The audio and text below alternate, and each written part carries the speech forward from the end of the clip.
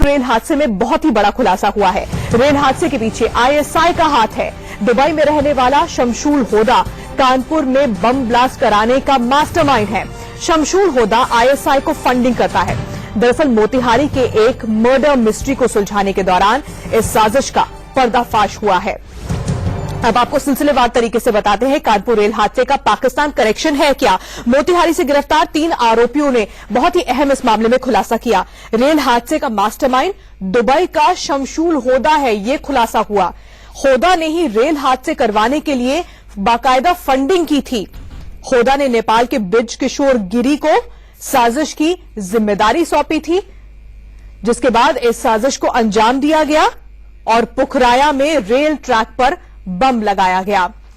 और अब आप समझिए कि यह साजिश का खुलासा कैसे हुआ। दरअसल बिहार के घोड़ासाहन में 25 दिसंबर को 2 लोग लापता हो गए थे। उसके बाद 28 दिसंबर को नेपाल के जंगलों से अरुण और दीपक नाम के इन दोनों लोगों का शव मिला था। जांच के दौरान मुजाहिर अंसारी को गिरफ्तार किया गया था और पूछताछ में मुजाहिर ने जो खुलासा किया वो होश उड़ाने के लिए काफी था।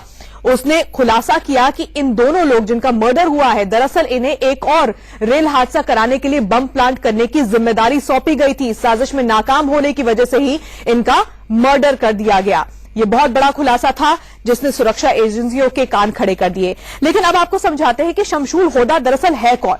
शमशूल होदा आईएसआई से जुड़ा हुआ है। होदा आईएसआई को फंडिंग किया करता है। शमशूल का संपर्क दाऊद इब्राहिम से भी है। मोस्ट वांटेड दाऊद इब्राहिम से भी उसकी जान पहचान है और दाऊद के लिए भी फंडिंग का वो काम करता है। शमशूल होदा दुबई का रहने वाला है। यह भी एक अहम बात निकलकर सामने आ रही है। तो दुबई से प्लानिंग हुई थी। अब आपको दिखाते हैं कि पुखराया में क्या हुआ था। आपको याद होगा कानपुर के पास पटना इंदौर एक्सप्रेस ट्रेन दुर्घटनाग्रस्त हो गई थी। 20 नवंबर को यह दुर्घटना हुई थी। तब से जांच चल रही है कि आखिर ये दुर्घटना हुई कैसे।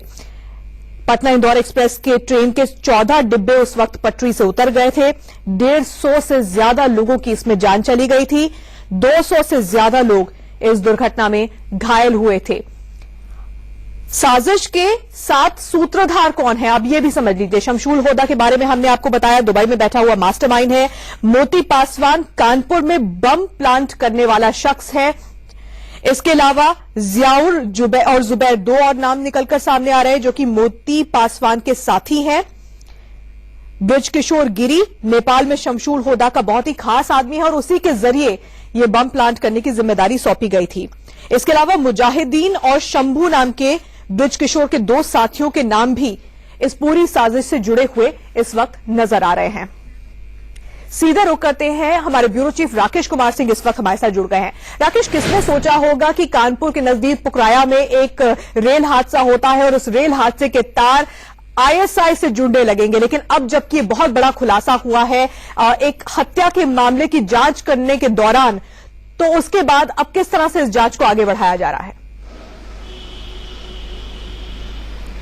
देखिए तानिया, जिस तरह से मोतिहारी के एसपी ने जो खुलासे किए हैं उसके बाद भारतीय सुरक्षा एजेंसियों के होश पाक्ता हो गए हैं। क्योंकि अब तक जो पाकिस्तान की खुफिया एजेंसी भारत में आंतरिक सुरक्षा में आतंकी हमले करती थी, लेकिन जिस तरह से रेल हादसा कराया गया है और उसको लेकर पूरी तौर पर जो फंडिंग की गई, आईएसआई ने पूरी साजिश रची है, उसको लेकर सभी सुरक्षा एजेंसियां एनआईए, आईबी, रॉ और जैसा कि आपको मालूम है एटीएस की टीम अभी वहां पर पहुंच चुकी है, मोतिहारी पहुंच चुकी है और पूरे मामले की जांच की जा रही है।